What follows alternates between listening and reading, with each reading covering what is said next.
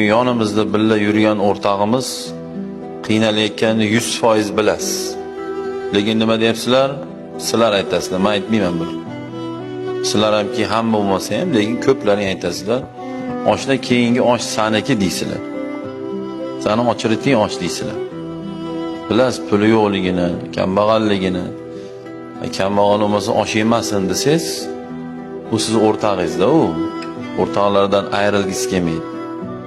Shuni bilib turib, keyin ochiritni qildirib turib, yeb o'tirasizlar. Puli yo'q kambag'al odamni taomini yeb olmaydi, unga yedirish kerak nabarat. Uni kamsitilishga kirmaydi u. Yo ikkita o'rtoq, yo bitta o'rtoq bo'ldi, keyingi osh shuniki deb turib, kirib kassani yopib qo'ying o'zingiz. Shu o'rtog'ingiz kirsa to'langan bo'lursin.